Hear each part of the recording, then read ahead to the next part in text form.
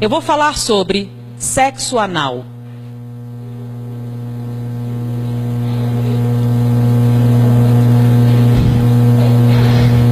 O que vai responder muitas outras perguntas, né? Sexo anal é normal? É um sexo biologicamente viável? Todo mundo devia experimentar? É natural para todo mundo? É bastante prazeroso se você fizer direito? Vocês vão ver isso escrito em todas as revistas. Eu fui numa banca, peguei todas as revistas. Todas diziam a mesma coisa. Prática normal, bastante satisfatória, todo mundo devia experimentar, tem uma forma correta de fazer, tudo isso. Todos os sites pornográficos têm contos pornográficos de que essa é uma experiência extraordinária. Que as mulheres gostam muito, têm medo de fazer, mas se fizer vão adorar. E que os homens vão achar o máximo. Tudo isso está escrito. Se vocês forem agora para uma banca de jornal e comprarem, vão encontrar isso, tá bom? Eu, como disse para vocês, trabalhei durante um tempo numa enfermaria de pacientes terminais do vírus da AIDS. Tá? Era o Hospital Gafreguinli, aquele onde morreu Cazuza. E a enfermaria era a 10ª enfermaria do Gafreguinli, que foi justamente aquela patrocinada por ele. Na época, naquela enfermaria haviam 20 pacientes. Todos eram homossexuais. E quando a gente termina a clínica médica, a gente tem que fazer uma monografia para a conclusão do curso. E como todos os pacientes tinham AIDS, nós escolhemos a AIDS para escrever. Quais as doenças oportunistas que acontecem com o vírus da AIDS? Naquela época não havia o coquetel, o número de doenças oportunistas era muito maior do que era hoje. Então nós pegamos todos os prontuários dos 20 pacientes e pegamos também 100 prontuários de pacientes anteriores. E fizemos a listagem estatísticas das doenças. Em primeiro lugar estava endocardite bacteriana. Todos os 120 pacientes que nós escolhemos eram portadores de endocardite bacteriana. Era a colonização das válvulas cardíacas por bactérias. Então nós colocamos, primeiro da lista, endocardite bacteriana. Segundo lugar, aí tinha pneumociste carine, tinha tuberculose, tinha um monte, aí a gente ficou colocando. Quando a gente foi apresentar para o professor, ele pegou assim, peraí, tá errado. Aí ele riscou bacteriana. Eu fiquei, mas por quê? Todos, aí eu falei, faça uma... Eu fui lá, todos tinham. Aí eu fui no outra enfermaria. Todos eles tinham endocardite bacteriana. Poxa, todo aidético tem endocardite bacteriana. É uma doença que vem com a AIDS. Aí eu voltei lá. Bom, todo paciente imunodeprimido produz inicialmente endocardite bacteriana. Ele disse, não. Disse, mas todos os nossos pacientes têm. Ele disse, mandou ir noutra enfermaria com pacientes terminais, com câncer e outras doenças degenerativas. Nenhum deles tinha endocardite bacteriana. Todos estavam imunodeprimidos. Eu fui na área imunológica. Nenhum paciente imunodeprimido tinha endocardite bacteriana. Bom, endocardite bacteriana não é uma complicação daqueles imunodeprimidos. Então é o quê? Aí esse professor me explicou os fatos da vida, não de maneira tão agradável como vou fazer para vocês, né? Então ele me explicou que isto não era decorrente da AIDS, era decorrente do sexo anal. Como assim? Eu não entendi, ele teve que me explicar, e não foi muito agradável.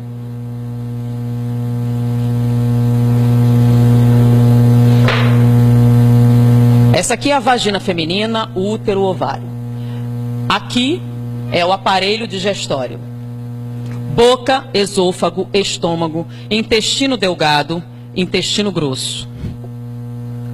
Reto e esfíncter. Tá? A única coisa que eles têm em comum é serem cavidades. Tá bom? Então essa cavidade aqui faz parte da função sexual. É um órgão sexual. Ele foi criado para quê? Para o ato sexual. Ele foi projetado para isso. Isso aqui faz parte do aparelho digestivo ou digestório. Ele foi projetado com o objetivo de absorção de alimentos. Ele não foi projetado como objeto sexual. Então, quando eu fiz aqui o aumento, o que é que vocês encontraram? 16 camadas celulares, 7 camadas musculares, células caliciformes que produzem muco aquoso. Vamos fazer a mesma coisa aqui. Microscópio, vamos aumentar. Vocês que estão na escola estudando o aparelho, o corpo humano, quantas camadas celulares eu tenho no tubo digestivo? Uma. Células colunares, assim.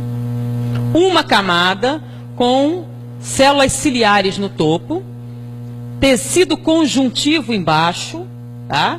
E aqui o plexo esplênico, que são aquelas veias que carregam tudo para a veia cava e distribuem para o coração, tá?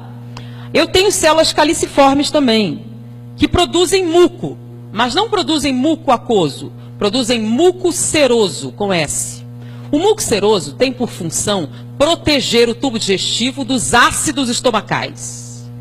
Quando você faz autópsia, você tem que usar todo um aparato para que você não tenha queimaduras graves com os ácidos estomacais. Se você enfiar seu braço sem proteção no estômago de um cadáver recente, você vai perdê-lo. As queimaduras serão muito intensas. Porque, lembra o que acontece com um bife mastigado no estômago? Vira líquido. É ácido. E bife é carne.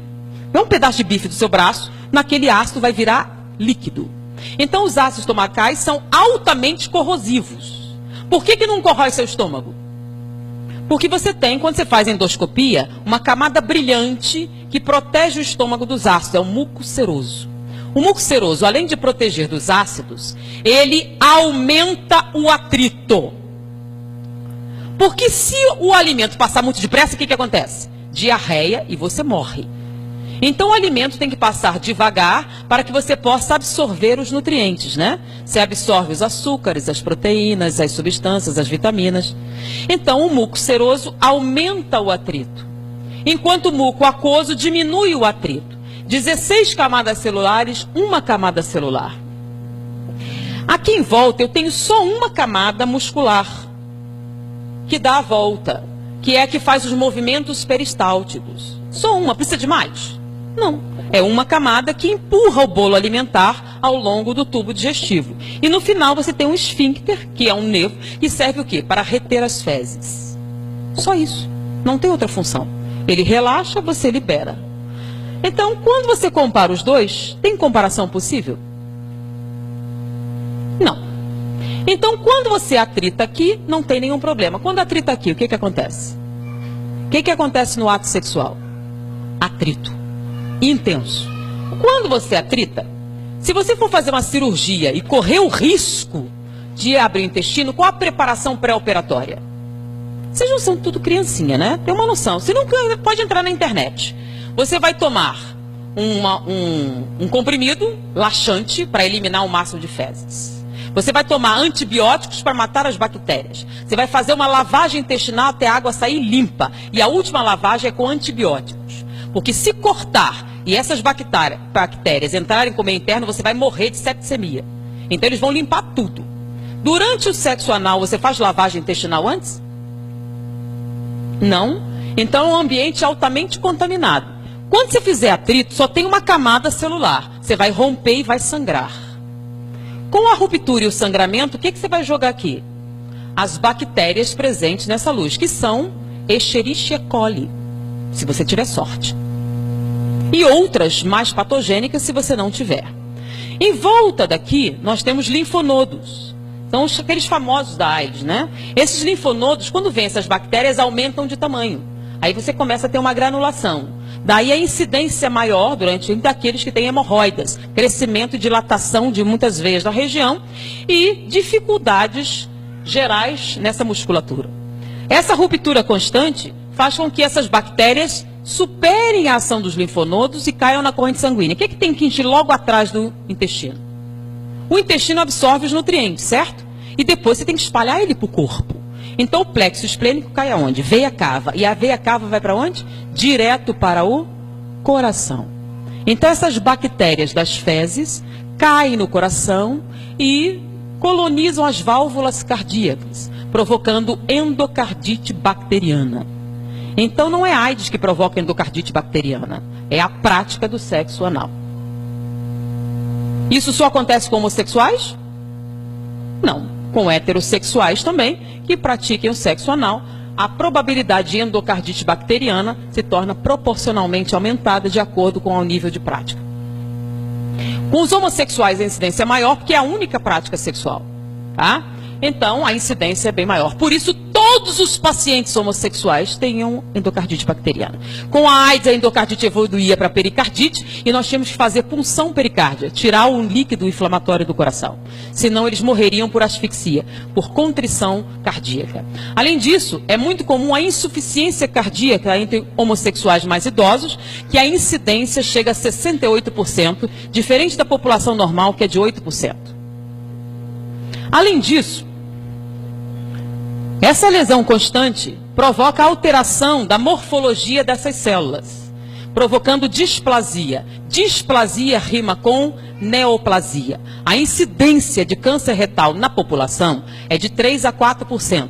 Entre os homossexuais chega a 32%.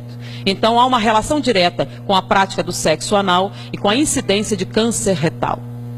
Além disso, a mulher não tem terminais nervosos de sensibilidade nesta área. Então ela não sente absolutamente nada com a prática do sexo anal, a não ser o sofrimento físico, a dor, a não ser que ela compre anestésicos, que são medicações inibitórias da sensibilidade para a prática do sexo anal, e compre lubrificantes artificiais para neutralizar o muco seroso e permitir que esse acesso faça com mínimas lesões.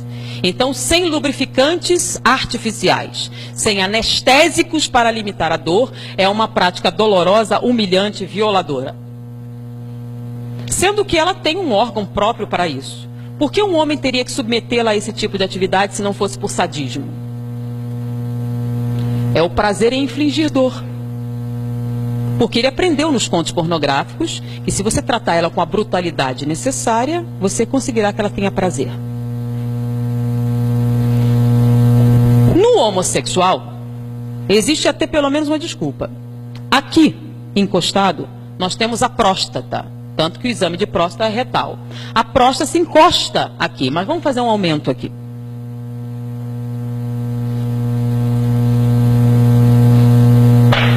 Então nós temos aqui o pênis.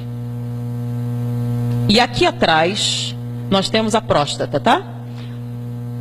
Vou aumentar a próstata, ela não tem esse tamanho, ela está aumentada. A próstata, a parte da frente, que dá para os corpos cavernosos, ela tem uma camada córnea. O que é córnea? Espessa, de tecido cartilaginoso. Com que objetivo? No ato sexual não há impacto? Então, se há impacto, para proteger a próstata, que produz o líquido seminal, que vai nutrir os espermatozoides e permitir a sua reprodução, essa camada córnea protege do impacto frontal. Então, não há nenhum problema para a próstata o ato sexual. Mas se você impactar por trás, então o ato sexual homossexual tem que ser necessariamente violento. Você tem que bater com força para atingir a próstata. Então é o sexo anal e ele tem que ser violento. Então, a não ser que vocês conversassem pessoalmente com alguém, ninguém ia contar. Então, você vai bater com força. Se você bater com força suficiente e traumatizar a próstata, ela sangra, porque essa parte de trás não tem camada córnea. Não se esperava na natureza nenhum impacto posterior. Está protegido pela espinha e pelo intestino. Você bate com força, traumatiza a próstata, ela sangra. Quando ela sangra, produz células inflamatórias. Ela incha. Se ela inchar e você bater com força suficiente, você vai atingir esse feixe nervoso aqui, que dá origem, que está ligado aos corpos cavernosos. Você pode provocar uma ereção. Se você continuar batendo com força suficiente e inchá-la o suficiente, ela pode sensibilizar os corpos cavernosos e você pode até ter, lá pela quarta ou quinta experiência, uma ejaculação. Mas você só vai conseguir essa ejaculação se após essas múltiplas experiências você conseguir a hiperplasia de próstata, sua próstata estiver inchada. Com o passar do tempo e esses múltiplos traumatismos da próstata, ela começa a produzir células displásicas também. Displasia rima com neoplasia. O índice de câncer de próstata na população é grande, até porque não se fazem os exames correspondentes. E existem outras motivações. Então, está alto. Hoje em dia, eles têm chegado a 18%, 20%. Entre os homossexuais é de 68%. Por quê? Porque a prática sexual que eles utilizam pressupõe o câncer de próstata. Não vou nem falar dos problemas que se tem a nível urinário, a nível renal, decorrentes dessa prática. Eu pergunto, tudo isso que eu falei, procurem num livro de fisiologia médica, ou cheguem para qualquer médico e perguntem, tem algum erro nisso? Alguma dessa estrutura anatômica está errada, ou equivocada, ou transtornada? Diante do que ele aprendeu na faculdade de medicina, se você fizer isso, não é isso que vai acontecer? Não é isso que acontece? Então me diga, o sexo anal é natural, biologicamente muito bom, extremamente agradável, saudável, produtivo, uma prática natural que todo mundo devia experimentar um dia? Mas é o que está escrito na literatura. Baseado em que eles dizem essas coisas? Baseado nos contos pornográficos. Baseados nos objetivos de quê? Com esse tipo de prática, o que você tem? Você tem alguém obtendo prazer no sofrimento de outro ser humano. Você pode até se submeter, e muitos se submetem. Inclusive, nós trabalhamos no Instituto Médico Legal há um tempo. Nosso professor era diretor do Instituto Médico Legal. E naquela época não havia o divórcio. Você, para conseguir a separação judicial, você tinha uma medida cautelar. Se você provasse maus tratos, você conseguia isso facilmente. Então, muitas mulheres chegavam falando sobre o abuso. Muitas delas iam preferir o sexo anal, porque nessa situação, como ele queria que ela fizesse isso, e já era um sofrimento, ele era menos brutal. No sexo normal era tão brutalizante, que ela preferia esse, que já doía só pela coisa, então eles batiam menos. Então, diante disso aqui, que as pessoas dizem ser natural, pensem um pouquinho a respeito do que vocês leem, do que vocês escutam, do que dizem na malhação, nas novelas. Tá? E o engraçado é alguns ginecologistas dizerem que o sexo... Eu queria pegar um debate, eu nunca tive a chance de pegar alguém que dissesse, só para eu poder perguntar para ele se ele tinha estudado anatomia e perguntar isso. Eu queria saber como é que ele ia responder. Tá? Então façam, eu sugiro, façam uma pesquisa para ver se essa anatomia que eu falei está correta. Essa análise comparativa para ver se tem razão. E façam essa análise. E me digam se é uma prática saudável. Tá bom? E eu acho que depois disso, muitas perguntas que poderiam sair já são respondidas. Pensem um pouquinho mais. Pensem nas consequências. Pensem no futuro. Pensem no que vocês precisam realmente para serem felizes. E diante disso, vamos orar mais, pedir inspiração, suavizar nossos sentimentos e principalmente não fazer aos outros o que não gostariam que fizessem a você, uma máxima muito importante em nossa vida. Principalmente vocês que são jovens. Vocês têm a oportunidade de ser essa informação. Dividam com seus amigos, dividam com seus pais, dividam com outras pessoas. A partir de hoje, vocês sabem muito mais do que a média dos outros jovens. Foi um prazer estar com vocês. Até a próxima oportunidade.